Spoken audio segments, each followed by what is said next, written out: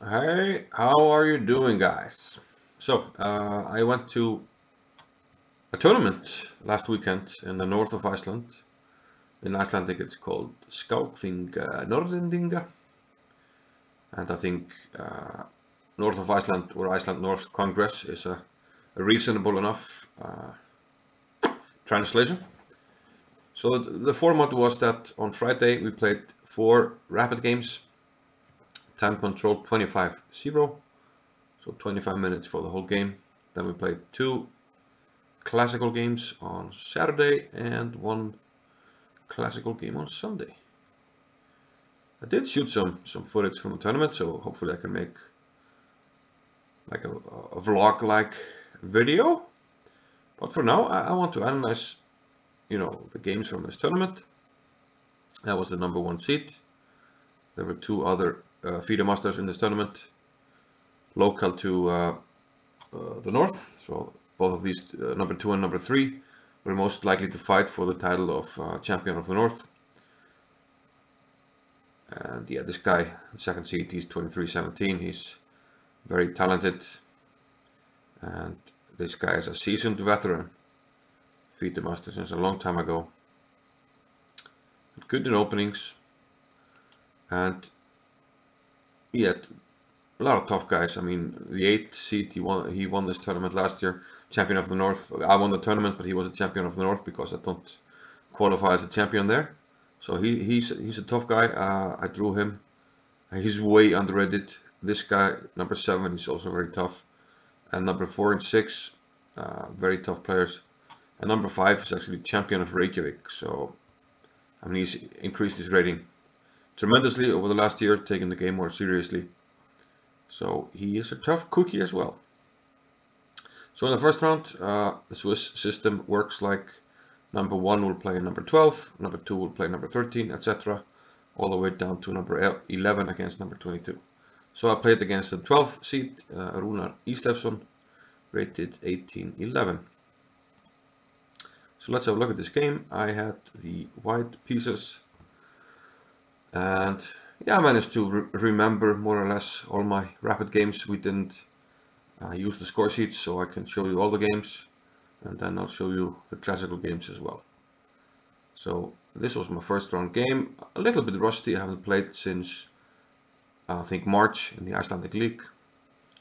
So let's see what happened. I was white, so I opened with d4, and already my opponent, well, didn't shock me, but did one of these, b5, the Polish defense, which I don't think I have had anyone play against me ever in a tournament game.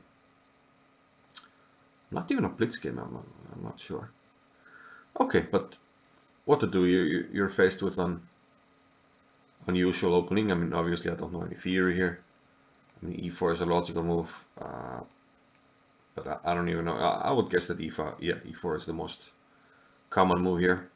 But I just decided to just play a normal London setup, bishop to f4. It's true though that in some cases black getting in b5 can be useful if you just go for a normal development scheme like this and bishop b7 castles. And sometimes, I would not have liked this pawn here. But after bishop to f4, he played another. He played a move that, excuse me, sneeze alert. He played another move that, well, took me off guard a little bit. d5. This doesn't seem to go very well together because you're already creating a hole here and you're not developing any pieces. I decided not to think too hard about this. I just played e3, getting on with my normal London setup and development. Plus I'm attacking this pawn. And he played c6, which I also thought was weird. Because, okay, I think it's more natural to protect the pawn like this and then try to play c5 after you've gotten some pieces out. But he played c6. So already to me this looks like a juicy target. But it's too early to really do anything about that. So I just get on with development, knight to f3. I think I briefly thought about maybe some restriction of this bishop, but I don't know, maybe h3, bishop d3, then the knight out, but said, okay, let's just get a knight out. I mean, he's spent 3 moves on pawns, so let's just get on with it, you know. Pieces out, develop, knight f6, keep developing with bishop d3, and e6, and what to do here? Well, I think I should just be getting on with development, getting my pieces out, castle, but here I got a little fancy. I played 95. Well, I kind of want this bishop on b7, I think, because it's getting hemmed in by its own pawn. What the word did I do? It's getting hemmed in by its own pawns here, and you can't go knight d7 because then c6 will hang.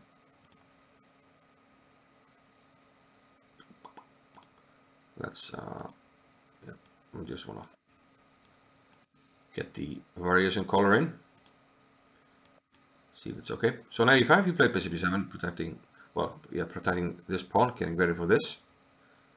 And here, when reconstructing the game, I didn't really find out. I think I played here. This is the only move I'm not 100% about. The rest should be exactly as it happened. He played knight b to d7, and I played knight d2. So I should have played knight d2 earlier, and now knight f3 to protect the knight. It's possible that I thought knight takes, knight d7, and he's exchanging too much, but I think this is how it happened. He took on e5, bishop takes e5, and now he played knight d7. Okay, I got 3 pieces out against 2. He still isn't ready to castle, but I'm not ready to give up my strong dark squared bishop, so I think bishop to g3 is a super logical move. Keeping the bishop, and he can't develop his bishop here. Has to go to a passive square. Now black should get on with development. Bishop e7 and castle, but he goes for a somewhat fancy maneuver. I don't like this because, I mean, it's too early, you're not doing anything. Well, what are you even attacking from these squares? It's very easy to eventually, if you go to a4, I just play rook c1 and b3 if and when I want. So it's not really doing anything. I decided to play queen e2, expecting what he played, knight c4 and then knight f3, and I played queen e2 to protect this pawn. So just keeping the pieces on, and now I can push the knight if and when I want. Just play b3, and the knight has to move. Okay, my opponent went bishop to d6. And here I have a very nice position, and the computer agrees, puts me at over a pawn, over a 1 pawn advantage. Castled. Yeah, maybe it was an idea to play e4 here. So I castled. So yeah, the breaks I should be looking at are a4 or e4. After a castle, he took on g3, so I already felt that, you know, with him playing knight d7 and bishop takes g3, he was really looking to exchange pieces, which is very often what happens when people are playing up. They want to exchange pieces. They feel like that gets them closer to, you know, drawing chances. Here he played knight d6, which is already kind of admitting that this maneuver wasn't really doing much. Okay, the knight is okay here. It's eyeing some squares, but it's taking a lot of time. And here I decided to play a4.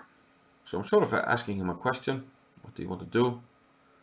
Of course I take if he doesn't do anything, but he plays a6. And here my idea was a5. I'm not sure it's the best option actually. The computer really doesn't like it. You know, takes away some of my advantage. But I felt like this bishop was kind of bad. And in some cases I could maneuver my knight to this juicy square, which was already a hole that was created on move 3. So I think a small success to having exchanged the dark squared bishops.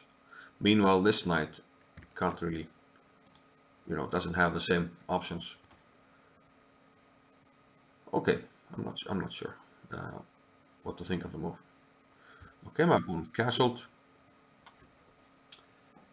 and here I thought it was time for some kind of break, and I played e4. And I'm not sure how I should play this actually.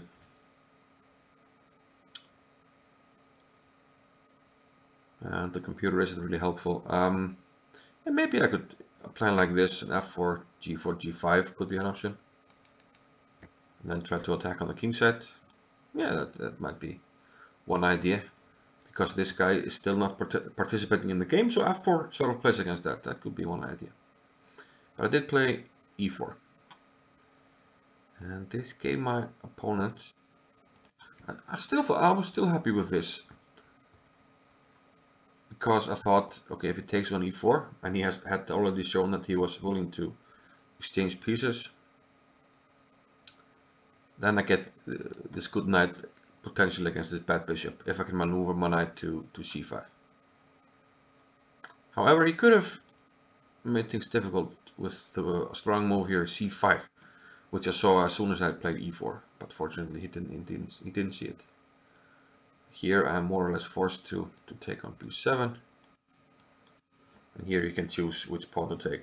This one, it's better to take this one. And black really doesn't have any problems here. I think it's a slight edge for white, but it's not much. And this could have been hard to win. Instead, my opponent played. Yeah, I went with the exchange, which he was happy to do. And having said that and seen the previous moves, the next move is not a surprise. Immediately going for the queen trade. Now took on d5. Now the question with which one to take. Always tricky. I'm not sure. He took with the e-pawn. I think I like taking better with the c-pawn. Just because it gets rid of one weakness that, the pawn is just going to be blocked here if I get my knight to c5 at some point. I mean, this is useless. And at least you have some ideas yourself of maybe f6, e5 at some point. But the computer is evaluating it more or less equally. Actually likes e takes d5 a little bit more. But I'm not so sure. Somehow it feels to me like c takes d5, and you at least give yourself some chances, like down the c file and the b files to play b4 or something, going for a minority attack. And if I have to go b4, then this pawn is something to look out for if I can't get my knight to c5 immediately. And at least black has some chances there. Like I said, f6, e5. But here, I think only white can win here. It's a classical good knight against bad bishop situation. This bishop is just stuck behind its own pawns, hemmed in, if you will. Meanwhile, this knight can jump around. Jump around! Jump up, and get down! Has these juicy squares where you can attack pawns, and white has more options, more dynamic options, which I'll get to later. He played f6. Okay, I think a reasonable move, kicking the knight from this strong square. Knight to d7, attacking the rook.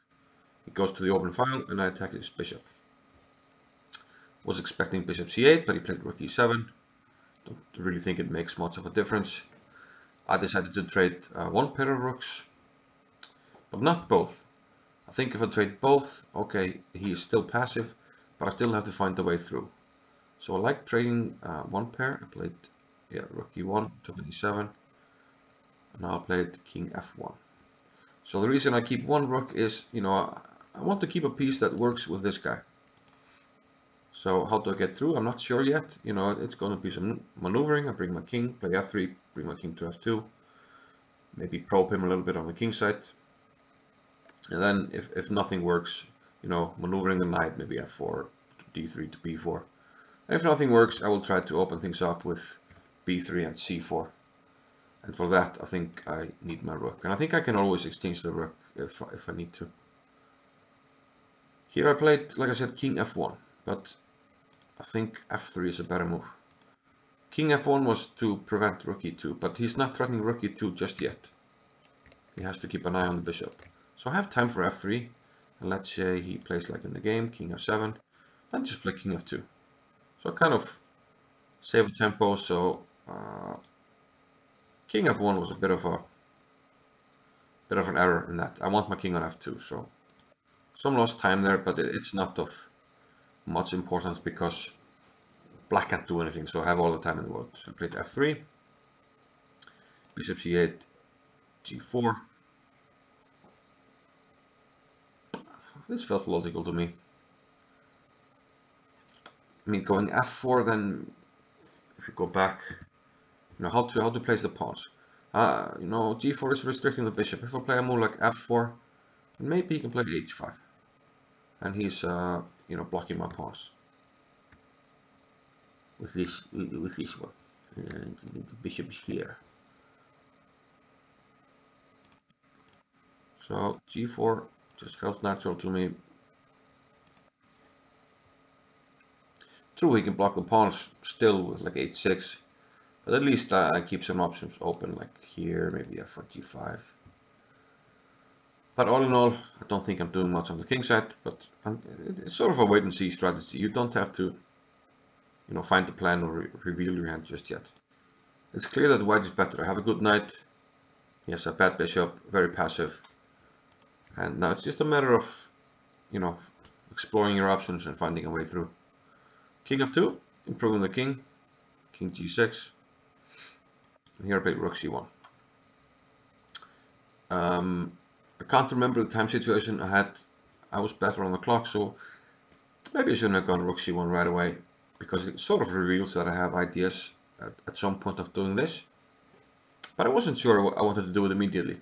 But rook c1 was kind of, okay, wait and see, what does black do? Okay, king f7, okay, he's going back and forth. And now I tried maneuvering the knight to d3. And this actually produced an error right away. He played bishop d7, which is a really bad move, which made things quite easy for me. If he had done something like, I don't know if g5 is pretty, okay, let's say we just keep moving the king. We go here, he has to protect. You know, we keep moving forward. You know, this is much more difficult. Okay, something like this. Maybe I go here and play g5 at some point. Try to get, the idea of g5 is to get the e5 square also for my knight. So something like this, probing, trying to find a way through. But fortunately, I didn't have to prove my technique there, and after bishop d7, I played the simple move, knight to b4, and now it turns out he can't protect this pawn and the other one at the same time. The bishop is needed on b7, but since it moved to d7, it can't protect both, so I'm simply winning a pawn here. He played f5. Okay, trying to increase the scope of his bishop, but this also lets me get rid of my double pawn, and now win a pawn. So which pawn to take? c6 or a6? What do you think? I took the one on c6. If I take the one on a6, I play rook a7. And okay, I still get, it's still probably very much winning. Get this pawn. But he's getting some counterplay and I have to be careful. Rook a2, and this is attacked. So I thought it was much cleaner just to take the one on c6, which I did. He played rook c7, knight came back to b4, and now I'm attacking two pawns. He defended the one on d5, and now if I take here, he has again rook a7, but I just played rook e1. And I think my opponent resigned, or he might have flagged. I think he resigned. Anyway, it's hard to find a move. What do you do? If you try to protect the pawn, you already have to be careful. Because where to put the rook? If you put it here, I'll give you a check. If you put it here, I'll give you a check and win this. So you have to go to a8, which is a little bit counterintuitive. And black is just too passive here. I can just set up at my own leisure here. Play moves like rook e5, knight b4, expand on the king side, bring my king wherever I want. Maybe even bring it around to the king side, queen side. You know, some rod like this. And then knock on the door, move the knight, and start moving the king in. So yeah, completely winning position. But yeah, unfortunately I forgot if he resigned or flagged, but it doesn't matter. It's game over. So off to a good start in this one. 1 point. And I'll see you in the next video where we go on to the round 2 game. So thanks for watching. Remember to subscribe and like, leave some comments and questions and all that good stuff. See you in the next one. Bye bye.